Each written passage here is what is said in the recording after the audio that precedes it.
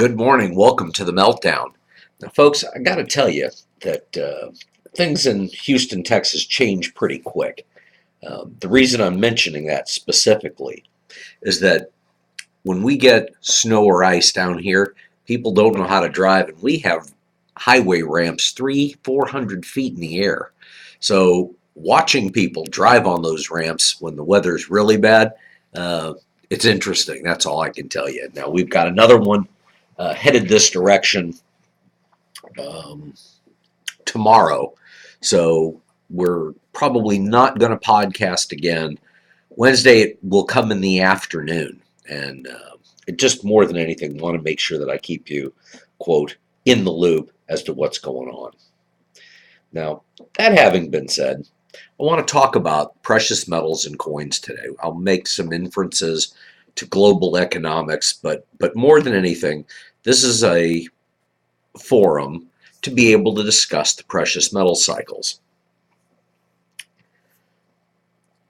Markets trade up and down, and things change rather drastically.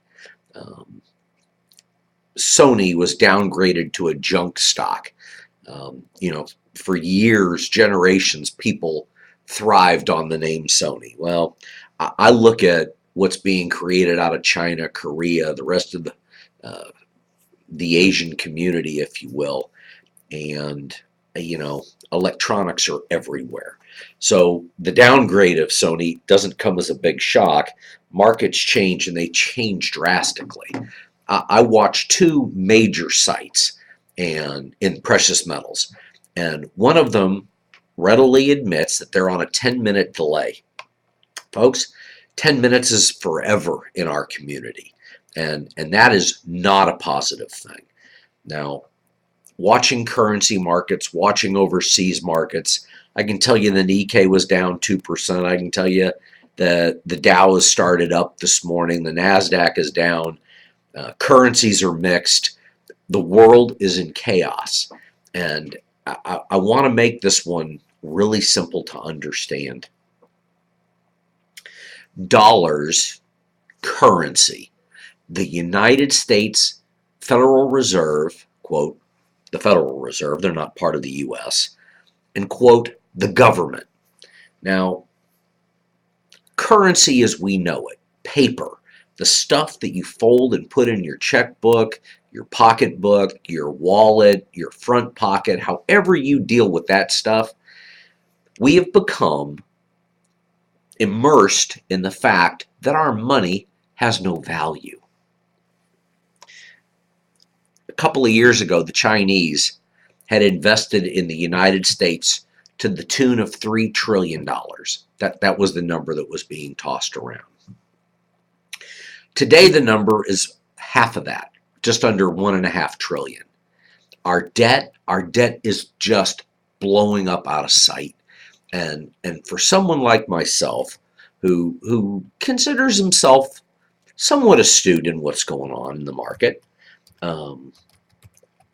I understand that there's things that change out there. And so for me, looking at what the debt is, it is a number that floats and changes at all times. And there is such a concern over our debt that we put numbers on it that we can't even relate to. Currently in the neighborhood of 17 trillion, 270 million. If every single person in the United States, based on 317.5 million people, came up with $54,400, the debt would go away. Everybody, every single person. You're a household of four, you pay up $216,000, and our debt goes away if that happened across the country. I remember in 2008 when the debt was $4 trillion when George W. Bush was in office. I remember Alan Greenspan in 2009 saying, the U.S. debt, it's not going to weaken our dollar, but our dollar loses value. And so when I look into the community, the coin and precious metals community, I can tell you that there are companies that are increasing in size and moving forward in their business and marketing plans. And coins in and of themselves are not rare. Now, there's a company that's running a half a page ad in a trade publication. And their claim is that since 1986, they have sold 42.5 million coins. They're a precious metals company. And so you all are out hunting the companies that are going to mark up their product the least so that you get the most, and that's prudent. But a company that sells 42.5 million coins, there's 6,000 dealers out there, there's billions of coins, and there's really items out there that should be stockpiled for collectors. Now, you may be a gold bug, a silver bug, a platinum bug. You might have the area of the market that you think you're the most comfortable with. And so I can tell you that looking at the price of silver being reported somewhere around $19.90, silver American Eagles bought in quantities of 500 or more are going to be just under $25 per coin.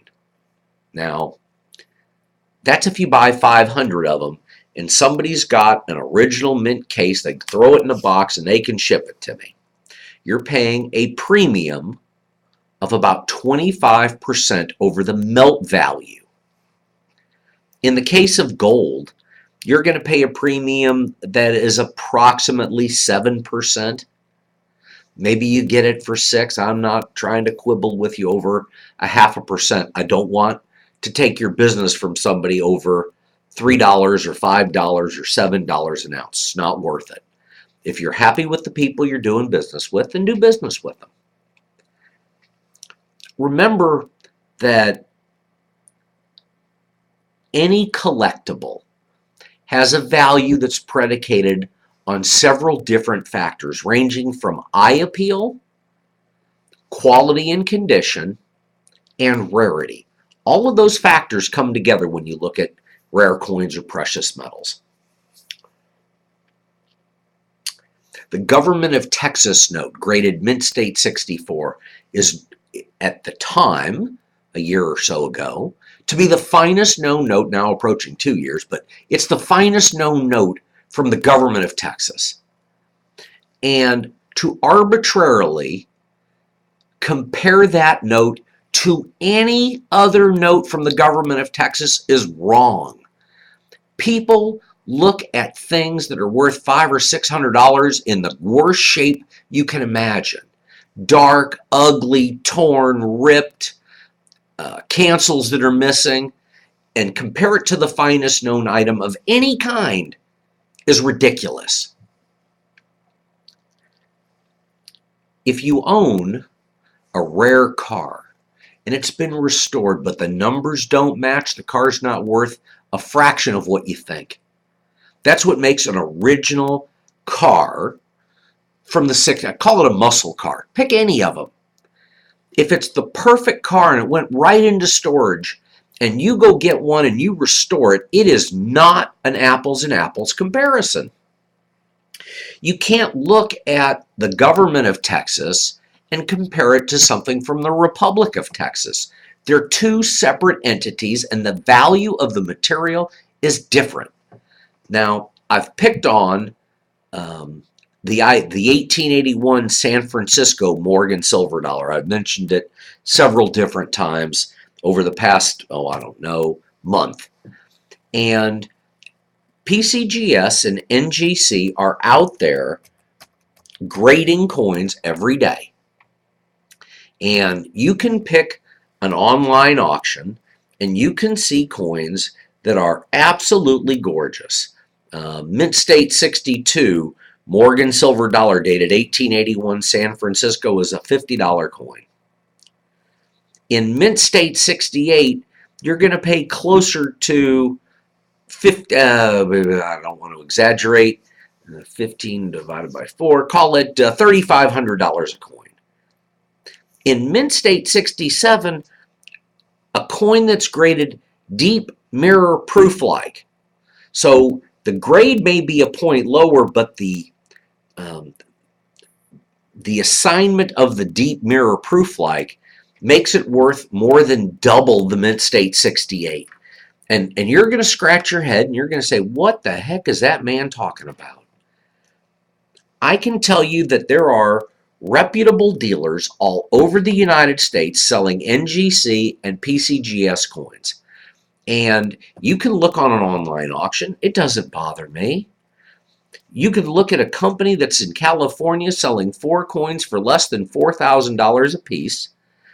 Or you find the guy that's got the coin with the toning, got the amazing little bit of look, and all of a sudden you've got a coin that's trading for almost $7,000.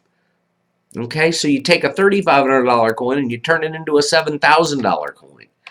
And they're graded by PCGS and NGC. They're the reputable companies out there. And so you get to the confusing part. And you start wondering, what the heck is really going on out there? Why does a coin change its value because of its look or because of any other factor? See, I have a natural concern for the material. And it's from that standpoint that we look at material knowing that it changes in value.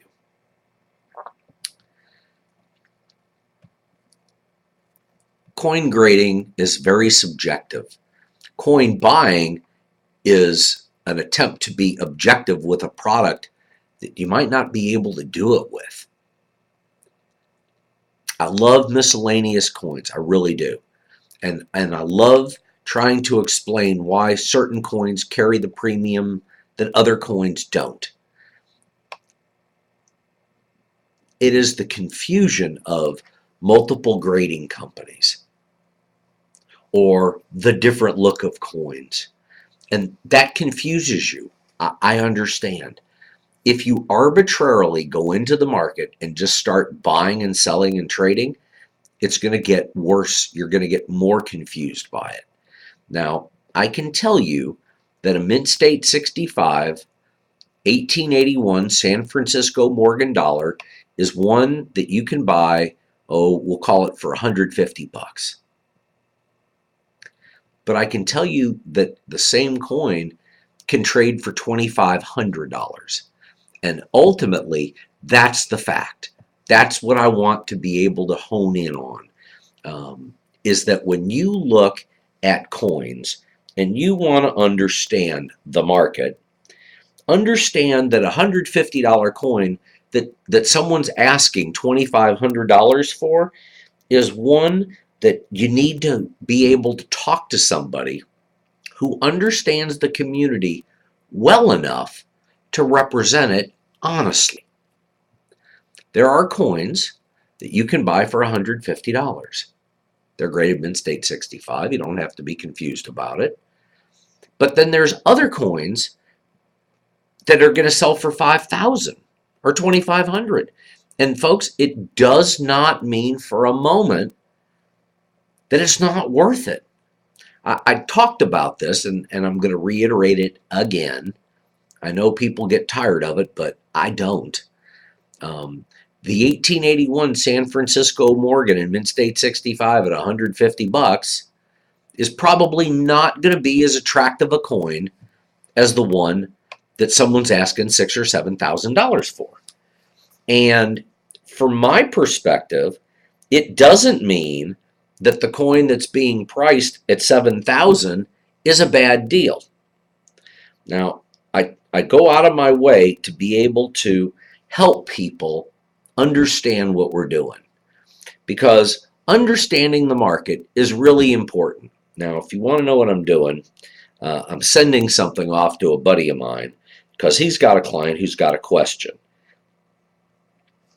The question is, did he overpay for an item in Mint State 65? So we're going to hone right in on this, okay? $150 coin, selling for 2,000, 5,000, 7,000. Which one's the better deal? The better deal is predicated on what your objectives are. Did the dealer go out of his way to understand what you wanted? Or did you call the dealer and say, this is what I want to do, help me do this? The strategy. That's what I want to impart on you today. I can pick up trade publications and I can tell you that coins are worth all kinds of money. I mean, my gosh, this publication this week is 173, 75, 177 pages, full of articles and illustrations and values and other auctions that are going to occur and coins that are going to sell for tens of thousands and hundreds of thousands and millions of dollars are going to be spent. And everything from ingots that were made back in China to ingots that are made here in San Francisco. There's more coins than you can corner the market on.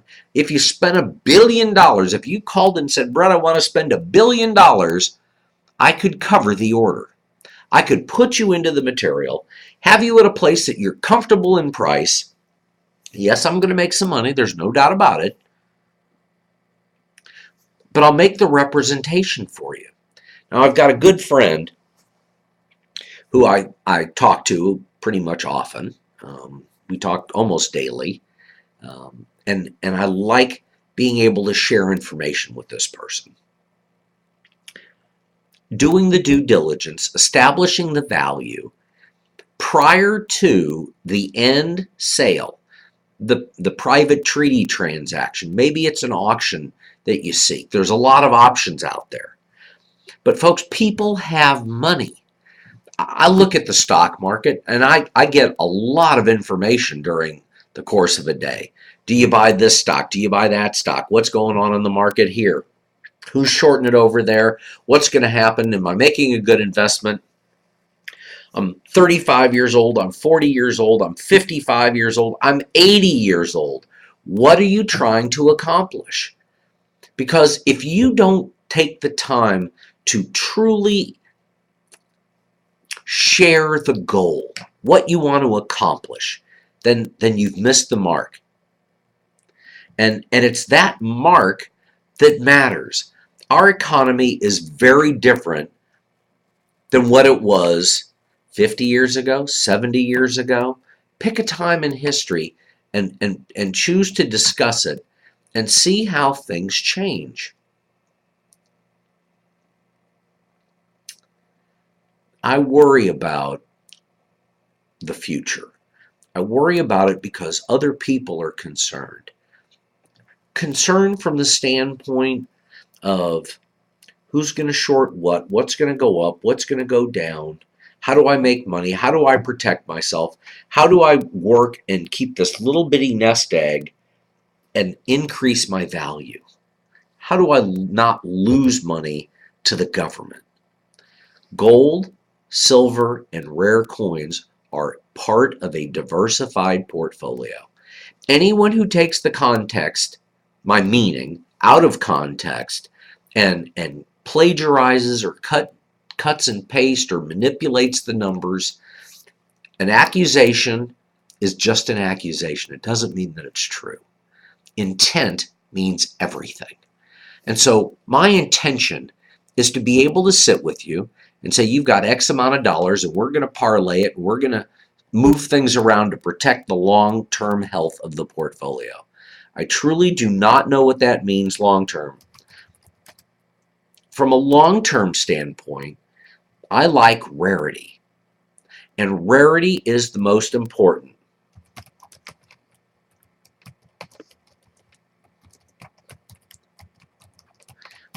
It's from that standpoint that I like circulated silver dollars. I like them from the $30, $35, $40 range up to coins that trade for hundreds of thousands of dollars. When something rare and unique is discovered and it comes out, owning it is important. And it's from that standpoint that I have a unique desire to own things that other people want. And the finest known, the rarest item, those things matter. Does it mean that you spend $1 million today and you're going to sell it next week or next year for $1.5 million? Probably not. But it's important to realize that somebody who is doing their job, depending on what your goals and objectives are, asks questions. We're all in business to make a profit. Everybody, every business. I don't care what sector of society or industry you choose, whether it's the steel plants up in the Northeast, the car manufacturers around the world, whether you look at gas stations, convenience stores, whether you look at coin dealers, jewelry stores. Folks, people mark up jewelry 300 to 1,000%, and it's acceptable. Part of the reason it's a joke that diamonds are forever is because most of the time when you get to the point that you're buying them, you can't get out of them what you paid for them. Now, a lot of people have a lot of diamonds that they stole. I know that too. And my point is that all markets are buyers beware. Heck, I put gas in the car at a truck stop last night in my pickup truck and didn't drive 5 minutes down the road, and the price was 4% cheaper. Felt like I made a big mistake. It was 10 gallons, so if I blew $1.50, it was half a gallon of gas. Well, it's not going to change my lifestyle today. That's already happened at the hands of other people. But bringing you the message of prosperity is more about, there's all these different coins and they're all graded by somebody. Stay in NGC or PCGS coins. The coins don't have to be graded. They just have to be authentic and deal with somebody who's got experience. Because you paid $3,000 for a coin that may only have a label value of $100 doesn't mean you overpaid. It has characteristics that other coins don't. Maybe it was undergraded. Maybe you need to resubmit 100 of them. There's a lot of information out there, and that's part of what I want to be able to help you with. Now, depending on what you've got to work with, I don't care, folks, if it's $100 or 100 million. Having a game plan, cutting a fair and equitable transaction with a dealer is prudent. We have experience in areas of the market that you don't. And I can tell you that predicated on when markets close, what the trend is going to be, but you know what? It only takes a blip to change the direction of a market. A 10-minute delay is a long time in a trading forum that's live all the time. Precious metals, yeah, there's a break where the dealers are down and you don't have to worry about it from Friday until Sunday evening when the markets start to open overseas. And I check, I'm watching. I can tell you that last night at 6 o'clock, 5:30, I guess, overseas the gold market started up too. Depending on who you look at right this moment, I see one company calling it down $8.20 and another one calling it down $2.40. $6, 0.5% is a big spread. People don't want to pay it sometimes. I'm telling you, there's a reason why you buy, sell, and trade different types of coins and different qualities, because the government said so. People get tired of hearing that message, but you know what? Collectivestors are important. It is important to maintain what your goals and your motives are. I don't sugarcoat things very well. I pretty much speak my piece, and I'm good with that. Folks, if you've got questions, I'm somebody you can talk to. You call 281-548-2646. That's 281-548-2646. Hit option 0, and I'll be more than happy to take your call if I'm available. Tomorrow's a snow day. Wednesday I'll be out probably till noon or 1 o'clock, I hope. But if you've got questions, give me a call. You can email me anytime. That's Brett, Brett, at thegoldexchange.net. That's Brett with two T's, Brett at thegoldexchange.net. You can look me up at themeltdown.com. Folks, I want to be able to help you with the information and build a portfolio. $100,000, $500,000, $5 million, $500. What you've got matters. I want to help you build it. Anyway, I never get off a podcast without thanking Texas Children's Hospital, both the Downs Clinic and the Ronald McDonald House. Now, the Meyer Center deals with everything from spina bifida to Downs to autism. Dr. Ostermeyer and her staff take a hands-on approach. You get to, if you've got the need, please reach out. I'll be more than happy to assist you to get in. The Ronald McDonald House is on the 4th floor at Texas Children's. There's 20 rooms, houses 40 to 80 people, I guess, probably on any given night. And if you can provide a hot meal, please call 832-824-8600. That's 832-824-8600.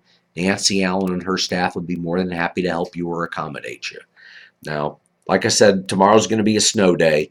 I may take the my equipment home. I may give you a show tomorrow from the house. You'll know it's my house, but it's in my office. And I'll always check email. So shy of the power blowing up, we'll be able to be in contact. Folks, I appreciate you listening. I hope you enjoyed your weekend. Houston, Texas, buckle down and stay off the roads tomorrow. We don't do well in ice. Have a great day. God bless you. We'll see you Thursday, maybe on Wednesday. Thanks again for listening in, tuning in. Send me your questions. We'll talk soon. Bye-bye.